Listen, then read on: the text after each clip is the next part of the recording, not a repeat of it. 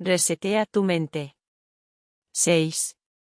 El ID, ese dinosaurio que vive dentro de nosotros. El primer sistema operativo está en el hipotálamo.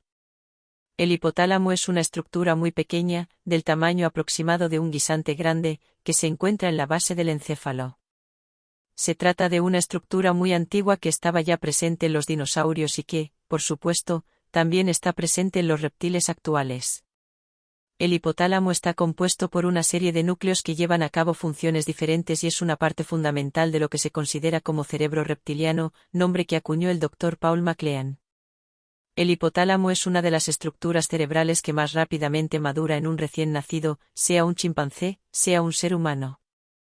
Su importancia es máxima porque su función es asegurar las funciones vitales del organismo. El patólogo y humanista Karl von Rokitansky, de origen checo, fue la primera persona que ya en el siglo XIX dijo que el hipotálamo era el lugar desde el que se originaba esa reacción, a la que un siglo después el Dr. Hanseli bautizaría como reacción de estrés. El hipotálamo es la estructura clave en el control de la homeostasis o equilibrio interno del organismo. Por eso, ahí están el centro del hambre y el centro de la sed. Desde aquí también se regula la temperatura corporal, las funciones sexuales y la reacción al estrés. Al ser el hipotálamo el centro de control homeostático del organismo, nada sucede en el cuerpo de lo que no se entere. Sigmund Freud localizó los instintos primarios del hombre en el hipotálamo y lo denominó primero el ello y después el id, influido por la lectura de las obras de Nietzsche. El hipotálamo puede ser el origen de reacciones de extrema ira y ser el origen de la denominada úlcera de estrés o úlcera de Cushing en honor de Harvey Cushing, un gran neurocirujano norteamericano. De alguna manera el hipotálamo busca la satisfacción inmediata de una serie de necesidades sin prestar demasiada atención a las consecuencias. Es un, quiero esto y lo quiero ya.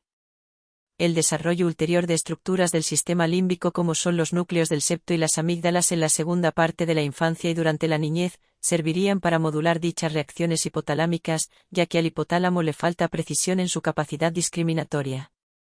De lo contrario, nuestra conducta sería totalmente impulsiva, siguiendo lo único que valora el hipotálamo y que es aquello que permite al organismo sobrevivir y procrear.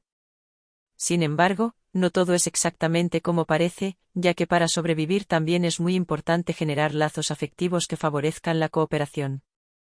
Aunque el hipotálamo está enfocado en la supervivencia individual, también produce dos hormonas que son la oxitocina y la vasopresina, que tienen gran importancia en la generación de vínculos afectivos. Sin embargo, esta función hipotalámica es propia de los mamíferos y no de los reptiles. Serán los núcleos amigdalinos los que se desarrollarán posteriormente en el proceso evolutivo y que serán claves en la generación de verdaderos vínculos afectivos y en todo lo relacionado con la conducta maternal.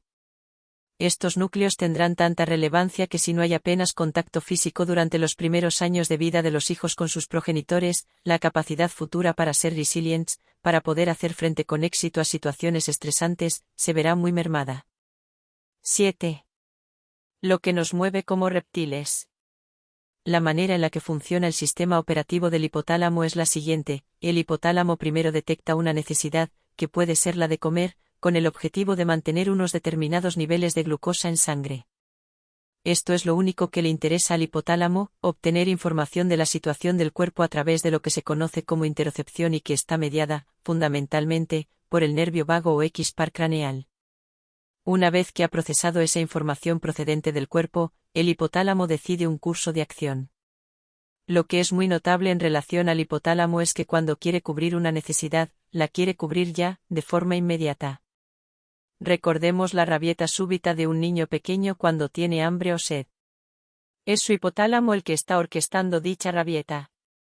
A medida que crecemos, vamos aprendiendo a modular esta demanda tan brusca e intensa del hipotálamo para que se cubran sus necesidades y se cubran ya. Para que el córtex cerebral, la parte más evolucionada del cerebro y que es la encargada de poner en marcha nuestra conducta, reaccione favorablemente ante la exigencia del hipotálamo, este tiene que poder influir de alguna manera en el córtex cerebral. La influencia la lleva a cabo el hipotálamo generando una sensación placentera cuando se cubren sus necesidades o una sensación desagradable cuando no se cubren. Todos tenemos experiencia de ese momento a media mañana en el que si no comemos algo nos sentimos mal y cuando comemos algo tenemos una sensación de profunda satisfacción. Esta experiencia afectiva y sensorial la ha generado el hipotálamo para hacerse oír por el córtex, que supuestamente decide lo que se hace. No olvidemos que el hipotálamo segrega una serie de opioides llamados endorfinas y que nos producen una intensa sensación placentera. Es la forma que tiene el hipotálamo de recompensarnos cuando hemos escuchado sus exigencias. Si la vida mental fuera una expresión exclusiva de la actividad hipotalámica, entonces estaríamos exclusivamente movidos por lo que mueve a los reptiles y solo nos importaría comer, beber, reproducirnos, mantenernos seguros o buscar un sitio calentito en el que resguardarnos. En los mamíferos, y por supuesto en el hombre, hay diversas estructuras que tienen capacidad para influir de manera poderosa en el hipotálamo. Algunas de las más relevantes son la amígdala, los núcleos del septo y los lóbulos frontales. Una parte importante de la socialización es un proceso de control progresivo del hipotálamo para que modulemos la fuerza de los instintos. Sigmund Freud hablaba del hipotálamo como de esa fuerza instintiva brutal, puramente animal, reptiliana, que existe en todo ser humano. 8. Nuestra transformación en mamíferos. El segundo sistema operativo lo encontramos en el denominado sistema límbico. Si bien el hipotálamo forma parte de dicho sistema, para mayor claridad lo dejaremos aparte. El sistema límbico es un conjunto de estructuras sumamente complejas que incluyen a los hipocampos, las amígdalas y los núcleos del septo, así como las múltiples conexiones que hay entre ellos. También hay partes de la corteza cerebral como el cíngulo, el núcleo anterior del tálamo y la ínsula, que también se consideran parte del sistema límbico. El sistema operativo de las estructuras límbicas es diferente al del hipotálamo. Para el sistema límbico lo más relevante es descubrir y reconocer los peligros y las oportunidades. Buscar el placer, la satisfacción y huir del dolor, del sufrimiento. Generar lazos afectivos a través del contacto físico. El sistema límbico en la clasificación del Dr. Paul MacLean correspondería al cerebro de paleomamífero. Estos fueron los primeros mamíferos que existieron en la Tierra y que convivieron con los dinosaurios. Los reptiles tienen un sistema límbico muy rudimentario y no crean lazos afectivos con sus crías como si hacen los mamíferos. Las reacciones de los reptiles están mediadas fundamentalmente por el hipotálamo. Por eso, son muy bruscas e intensas. Al hipotálamo lo que le importa es defender al animal de los peligros, conseguir alimento, favorecer que regule su temperatura corporal y que se reproduzca. Tengamos en cuenta que hablamos de una de las estructuras más primitivas que existen en el encéfalo de los animales. Cuando más tarde en la evolución, los paleomamíferos desarrollaron un sistema límbico, esto, sin duda, supuso una ventaja evolutiva. Tal vez ello contribuyó a que estos mamíferos no se extinguieran, como si les pasó a los dinosaurios cuando un meteorito golpeó la Tierra hace unos 65 millones de años. El sistema límbico permite modular las reacciones del hipotálamo para que no sean tan bruscas y exageradas. Esto, ya dijimos, es una ventaja evolutiva, pues en un entorno social dejarse llevar exclusivamente por los instintos no augura un buen futuro ni favorece para nada la cooperación, que es una excepcional ventaja competitiva. Como hemos comentado, hay pocas estructuras en el encéfalo que puedan ejercer una modulación sobre el hipotálamo y entre ellas son los núcleos del septo y la amígdala, pertenecientes al sistema límbico, y la corteza orbitofrontal, los más destacados. Cuando el sistema límbico, y específicamente la amígdala, ve algo peligroso, manda de inmediato una señal al hipotálamo para que éste ponga en marcha la reacción de estrés. También manda señales al hipotálamo cuando, por ejemplo, se percibe a una persona atractiva y se activa el deseo sexual. Al igual que el hipotálamo, el sistema límbico genera sensaciones placenteras en la corteza cerebral cuando se cubren sus necesidades o genera sensaciones de gran incomodidad cuando no se cubren. De la misma manera, el sistema operativo del hemisferio izquierdo, al tener acceso al sistema límbico, puede hacer que nos sintamos seguros en lo conocido y que nos sintamos inseguros en lo que no lo es. Esto de algún modo nos mantendría atrapados en nuestra zona de confort, en el mundo conocido, y nos haría mucho más difícil salir a explorar un mundo que nos es nuevo y desconocido. Uno de los aspectos más relevantes en lo que concierne al sistema límbico es la necesidad de contacto físico y de generación de lazos afectivos. Nos tenemos que detener aquí porque este es el punto donde se van a desarrollar la mayor parte de los traumas emocionales que experimentamos los seres humanos y que se proyectan desde la época en la que éramos niños hasta la época en la que ya somos adultos. 9. La piel, ese cerebro vuelto al revés. El contacto físico es de una excepcional importancia para el ser humano. Los bebés necesitan que se les coja, que se les acaricie. La falta de contacto físico puede evitar que núcleos como la amígdala se desarrollen suficientemente bien y ocasiona que la persona, siendo ya adulta, tenga dificultades en la interacción social. Los estudios en monos macacos separados de sus progenitores al poco de nacer y que no recibieron esa conexión emocional muestran que cuando se convirtieron en adultos y tuvieron crías, apenas interactuaban con ellas e incluso las mordían. Hoy sabemos que estos pequeños núcleos del tamaño de una almendra, las amígdalas, y situados en la parte anterior de los lóbulos temporales del cerebro, son muy sensibles a la información táctil. Recordemos que tanto la piel como el sistema nervioso son las únicas estructuras que proceden de la misma hoja embrionaria, el ectodermo. Las amígdalas son los centros del sistema límbico donde se almacenan todos aquellos recuerdos que tienen un gran componente afectivo. Ahí están también los núcleos que ponen en marcha muchas de nuestras reacciones de ira y de miedo. La amígdala es una estructura fundamental en todo lo que tiene que ver con la creación de vínculos afectivos y con la interacción social. Se trata de uno de los centros nerviosos más importantes, no solo a la hora de experimentar sentimientos, sino también de leer los sentimientos que tienen los demás. La amígdala está especializada en conocer a través de la expresión del rostro lo que una persona está sintiendo en un momento determinado. La falta de desarrollo de las amígdalas en niños diagnosticados de ciertas formas de autismo hace que puedan reconocer las caras de gente familiar, pero no lo que sienten. La amígdala es muy importante en la conducta maternal y en la dominancia social. El neurofisiólogo español José María Rodríguez Delgado estudió lo que ocurría en monos cuando se les lesionaba la amígdala de ambos lados. Estos, que previamente ocupaban la dominancia social, pasaban a tomar una posición sumisa, aceptando toda clase de abusos. Cuando la amígdala es destruida bilateralmente, se pierde por completo el interés por el contacto físico, social y emocional. Por todo ello se puede considerar la amígdala como un elemento clave en el circuito de las emociones, tanto de las agradables, como puede ser la generación de vínculos emocionales, como de las desagradables, el miedo y la ira. Pocas estructuras tienen la capacidad de modular la amígdala para que no genere vínculos afectivos con personas que no son las adecuadas y para que no desencadene reacciones de miedo o ira que no correspondan o en intensidad o en duración. Entre estas estructuras destacan los núcleos del septo, que siendo muy importantes en el vínculo social, modulan precisamente el tipo de vínculos que la amígdala genera para que, como decíamos anteriormente, dicha vinculación no se haga con quien no convenga. Todos conocemos o hemos oído hablar de personas que tienen tal hambre, tal necesidad de contacto físico, social y emocional para intentar suplir el que no tuvieron de niños, que buscan el acercamiento a personas abusivas y maltratadoras. Podría tratarse en este caso de una falta de desarrollo de los núcleos del septo, cuya función es evitar que la amígdala ponga en marcha conductas desesperadas de acercamiento donde fuera y con quien fuera. Son, en este sentido, bastante impactantes los estudios con gatos a los que se les habían dañado los núcleos del septo y que se acercaban a perros para intentar crear vínculos afectivos.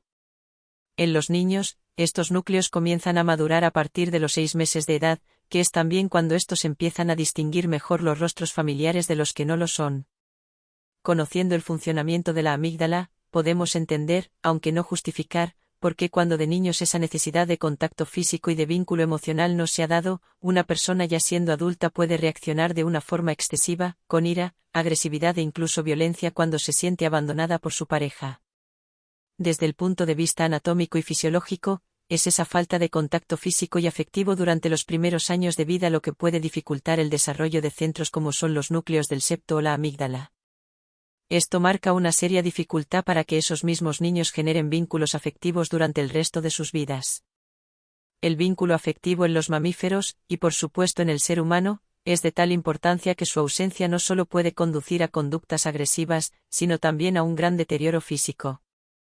Existe en los mamíferos, y muy especialmente en el ser humano, dado que es la criatura que necesita más cuidados hasta que puede valerse por sí misma, un anhelo de cercanía, de contacto estrecho.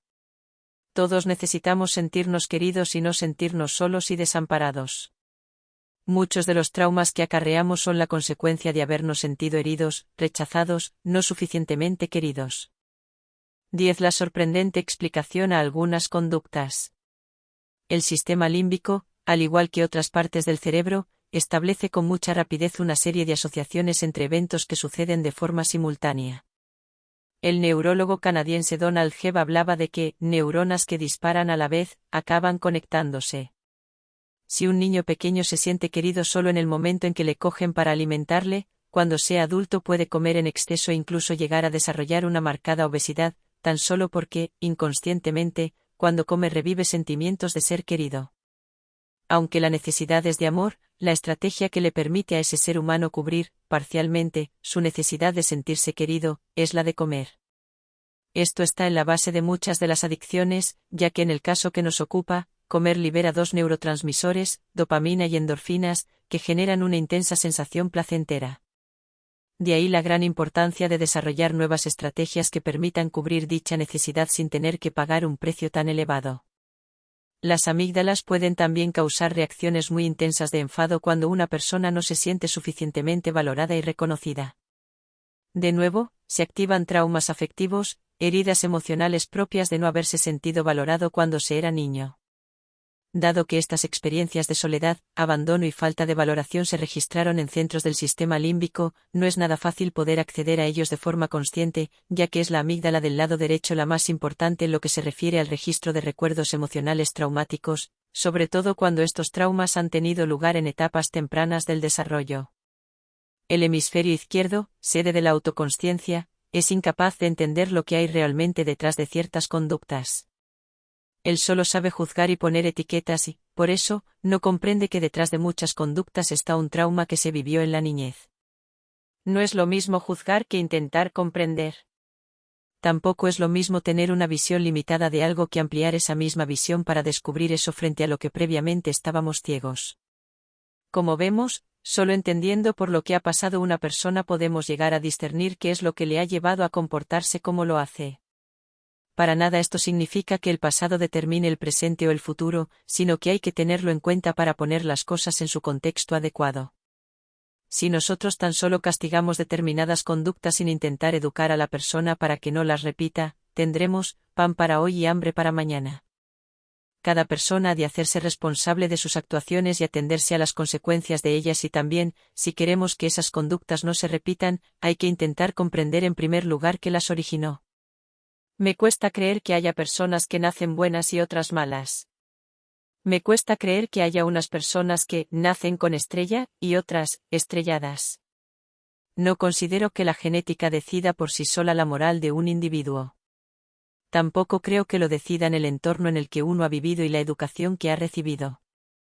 Lo que sí creo es que pueden influir, y mucho, en nuestra conducta, pero no determinarla. Las amígdalas están en conexión con unas estructuras vecinas que son los hipocampos. Ambas trabajan para almacenar recuerdos de gran intensidad emocional. Las amígdalas, sobre todo la del lado derecho del cerebro, almacena la experiencia afectiva que se tuvo en un momento determinado, mientras que el hipocampo del lado derecho almacena en su banco de memoria, el lugar donde tuvo lugar aquel impacto emocional. Todos, sin duda, recordamos perfectamente dónde estábamos el 11 de septiembre del 2001 cuando tuvo lugar el terrible atentado de las Torres Gemelas en Nueva York. Los hipocampos, al igual que los núcleos del septo y la corteza orbitofrontal, tienen la capacidad de modular los núcleos amigdalinos.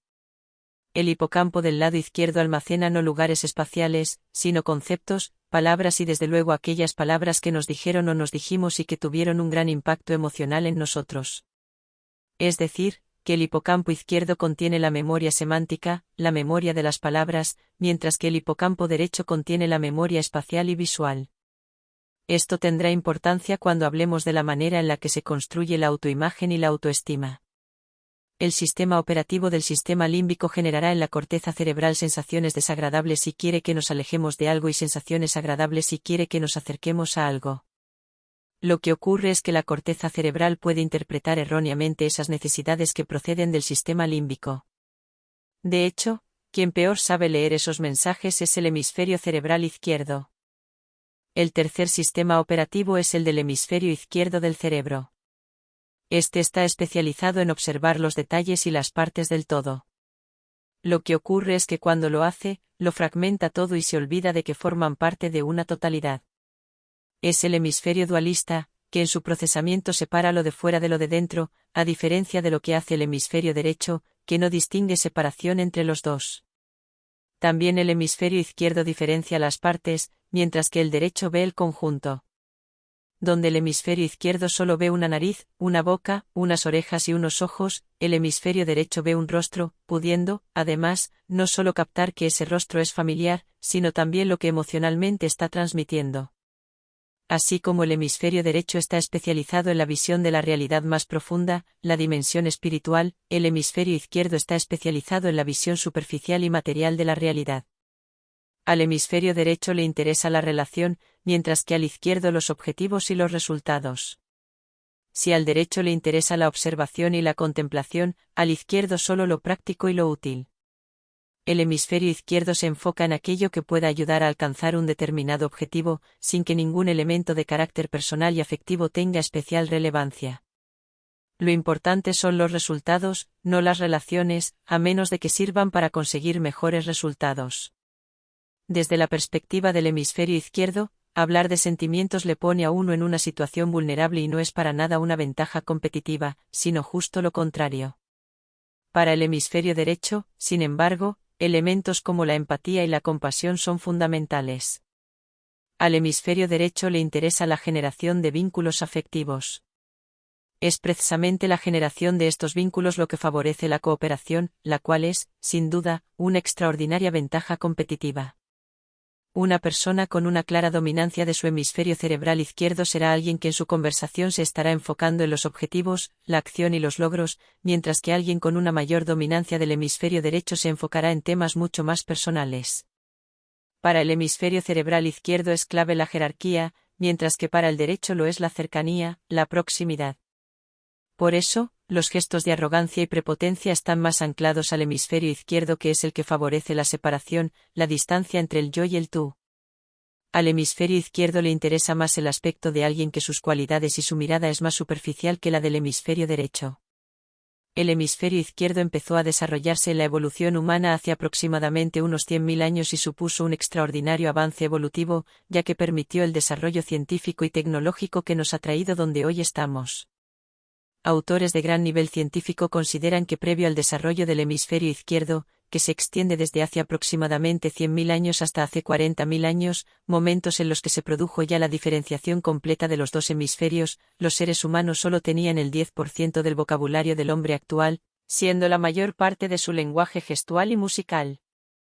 El hemisferio cerebral izquierdo no es que sea la estructura física que da exclusivamente soporte al lenguaje, sino que da también soporte a lo que se conoce como consciencia lingüística o autoconsciencia. Este tipo de consciencia, que es la que nos permite darnos cuenta de que nos estamos dando cuenta, es, además, esencial para la fabricación de instrumentos como pueden ser las armas que se utilizan para la caza.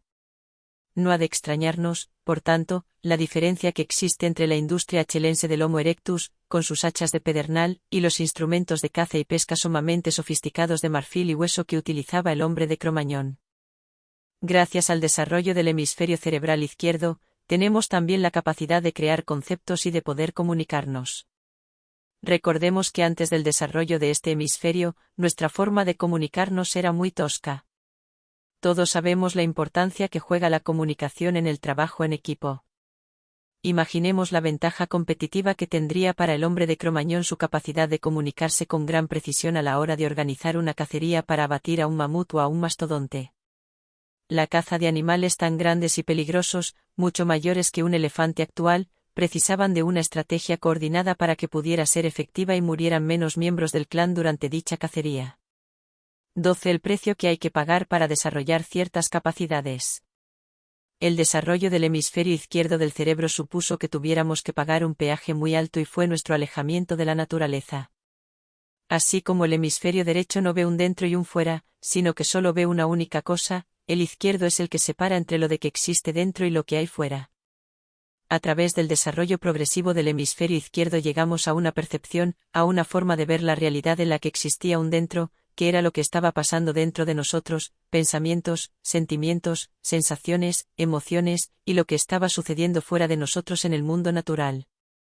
Es importante recordar que el hemisferio cerebral que procesa los sonidos de la naturaleza es el derecho. Si nos damos cuenta, toda la ciencia actual, sobre todo a partir de Newton, se basa en esta percepción: existimos nosotros y existe un universo externo a nosotros. Esta misma separación afectó profundamente a las religiones al considerar que estábamos nosotros por una parte y allí a lo lejos habitaba un dios o una serie de dioses. La manera en la que los seres humanos se relacionaban con la naturaleza antes del desarrollo del hemisferio izquierdo, nada tiene que ver con la que actualmente utilizamos. Ellos se veían como una parte integral de la naturaleza, mientras que nosotros nos vemos separados de ella y por eso la cuidamos tan poco.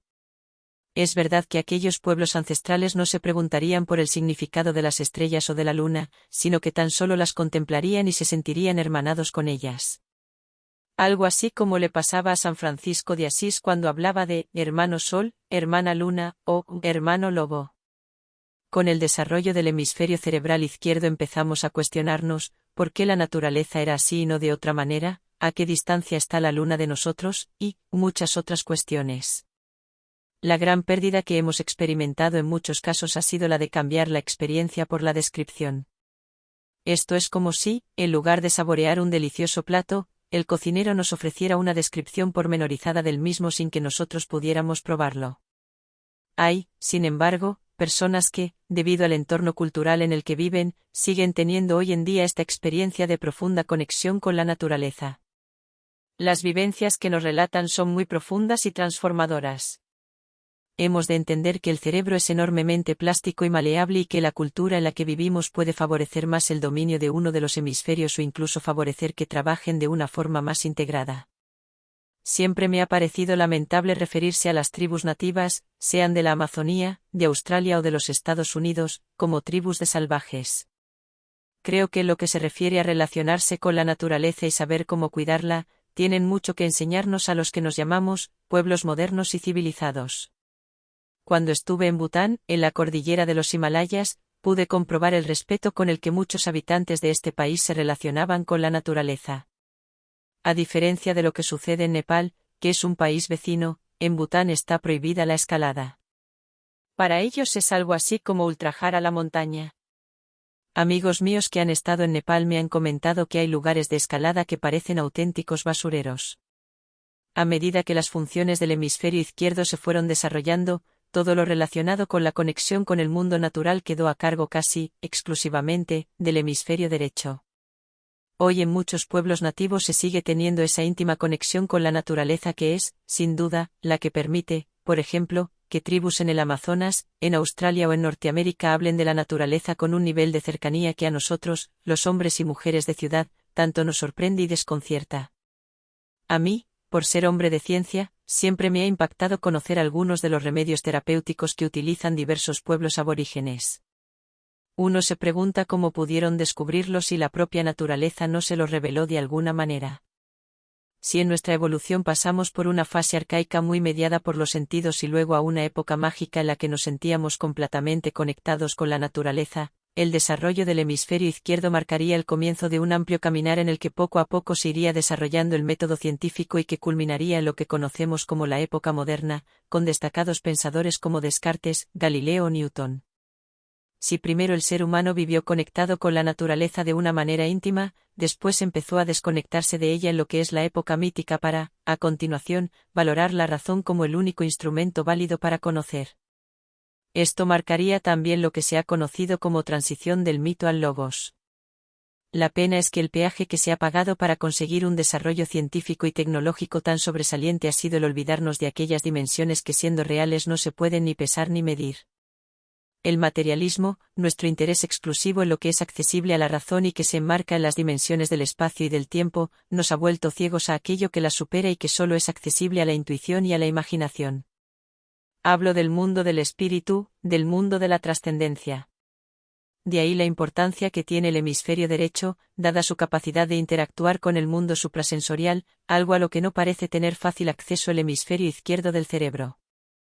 Decía a este respecto William Blake, poeta y grabador inglés del siglo XVIII, ver el mundo en un grano de arena, el paraíso en una flor, la eternidad en un instante y todo lo existente en la palma de mi mano. Pocas personas han hablado con tanta profundidad de la imaginación como Blake y la manera en la que ésta nos permite conectar con aquellas realidades que superan con amplitud la capacidad de conocer que tiene nuestra razón.